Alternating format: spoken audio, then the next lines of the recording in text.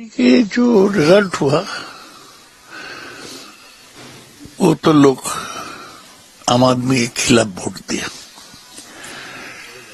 हमारी पार्टी तो आम आदमी को समर्थन की थे, लेकिन सच बोले तो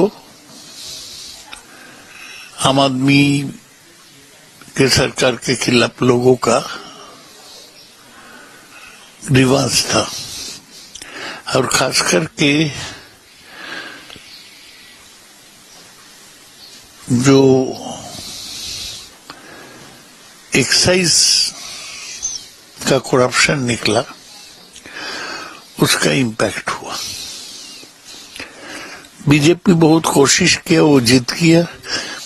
अभी सारा देश में वो और भी एग्रेसिव बनेगा, वो अपना जो एजेंडा है और भी पुश करने का कोशिश करेगा।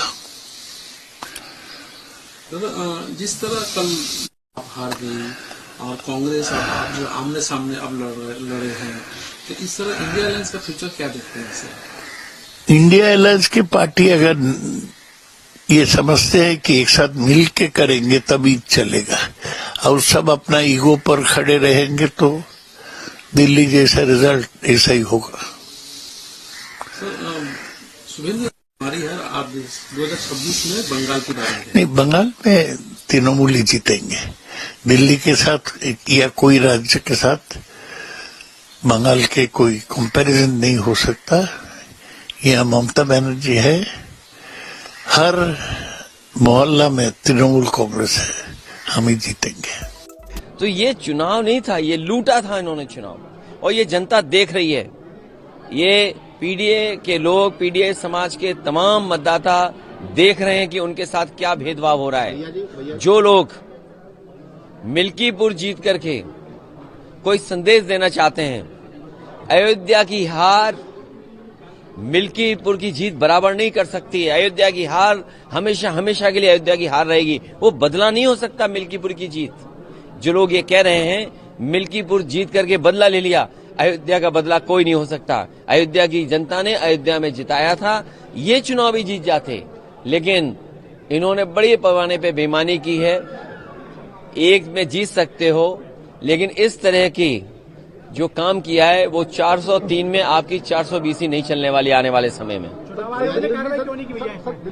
चुनाव आयोग पता नहीं जग रहा है, सो रहा है, कहाँ चला गया, इसकी चिंता हमें और आपको दोनों को मिलकर करनी चाहिए। भैया जी, पहले हरियाणा और आप दिल्ली में क्या वो सीट जीते हम लोग? सर, लेकिन कांग्रेस खिलाफ चुनाव लड़ी, आगे भविष्य क्या देखते हैं?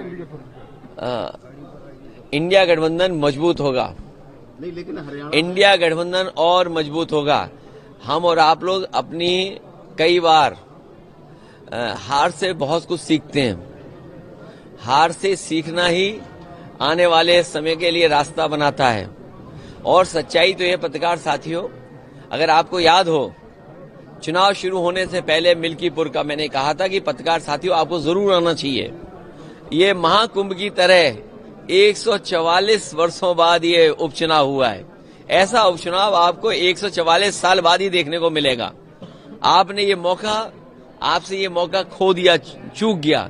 इसलिए मैं आपके माध्यम से कहना चाहता हूं, लोकतंत्र के जांबाज लोग जिन्होंने ये चुनाव जिताया है, उन्हें प्रमाण पत्र मिलना चाहिए, उन्हें सम्मान मिलना चाहिए। लोकतंत्र जांबाज के नाम पर उन्हें सम्मान देने का काम कोई न कोई तो करे उनका। हरियाणा और दिल्ली रीजन वो भी मानते हैं। देखिए, मैंने आपसे कहा, हारने के बाद बहुत कुछ सीखने को मिलता है, और हमें उम्मीद है आने वाले समय में इंडिया गठबंधन और मजबूत दिखाई देगा। ये दोनों की जिम्मेदारी है, सिर्फ कांग्रेस की जिम्मेदारी नहीं है। कांग्रेस एक राष्ट्रीय पार्टी है, उनके लोग भी चाहते होंगे कि हमारा भाई कोई दिल्ली प्रदेश में जगह हो, हमारी कोई सीटें यहां लड़ना चाहिए अस्तित्व के लिए। तो ये आम आदमी पार्टी और कांग्रेस पार्टी दोनों की जिम्मेदारी है कि बैठकर सीट शेयरिंग या क्या करना है क्या नहीं करना, उस बारे में बात करनी चाहिए थी एक दूसरे के साथ। आपने अलग अलग चुनाव लड़के दोनों हार गए। ये मुझे लगता है देश के साथ घात हुआ है, देश के साथ। उमर अब्दुल्ला जी का जो बयान है मैं उससे सहमत हूं। हम भी यही कहते रहे कि लड़ते रहो और मोदी जी को भाजपा को विजय करते रहो। हम लड़ेंगे ये तो चाहते हैं बीजेपी, हम आपस में लड़ते रहे और उसका फायदा बीजेपी को हो। या अगर ये ज्ञानी लोग समझते नहीं है, राजनीति के जो ज्ञानी लोग हैं सभी, चाहे केजरीवाल जी उनकी पार्टी हो चाहे कांग्रेस की पार्टी हो, अगर आपको आनंद होता है किसी को कि केजरीवाल जी हार गए या कांग्रेस को एक भी सीट नहीं मिली, खाता नहीं खुला, या अगर हमको उसका हम खुशी व्यक्त करते हैं तो ये लोकतंत्र के लिए अच्छी बात नहीं है। मैं बार बार कहूंगा, ये उद्धव ठाकरे साहब का भी कहना है, हमारे पार्टी चीफ, कि जब तक हम लड़ते रहेंगे तब तक हम तानाशाही का पराभव नहीं कर सकते, उनको हम पराजित नहीं कर सकते। ये अगर हम नहीं समझ पाते हैं तो हम राजनीति नहीं करनी चाहिए देश में। इंडिया अलायंस का अभी फ्यूचर क्या है? देखिए, भारतीय जनता पार्टी का कोई फ्यूचर नहीं है। ये जो है ये सूजन है। कोई एक्सीडेंट होता है तो अपना बॉडी सूज जाती है, अरे हमको लगता है क्या बॉडी बढ़ गई उसकी। ये सूजन है, ये ईवीएम से है या पैसे से है, दहशत से है। ये टेम्पररी है, ये पीरियड जाना चाहिए। अब 10 साल हो गए, अभी आने वाले दिनों में धीरे धीरे ये सूजन उतर जाएगी। इस देश को हम सब लोग जो है अपोजिशन में जरूर आगे लेकर जाएंगे।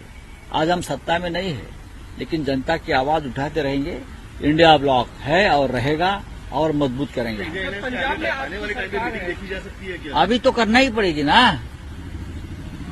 आत्मचिंतन तो करना ही पड़ेगा। अगर आप चिंतन नहीं करना चाहते, आत्मचिंतन नहीं करना चाहते, तो आप राजनीति छोड़ दीजिए अपोजिशन की। चलिए, थैंक यू।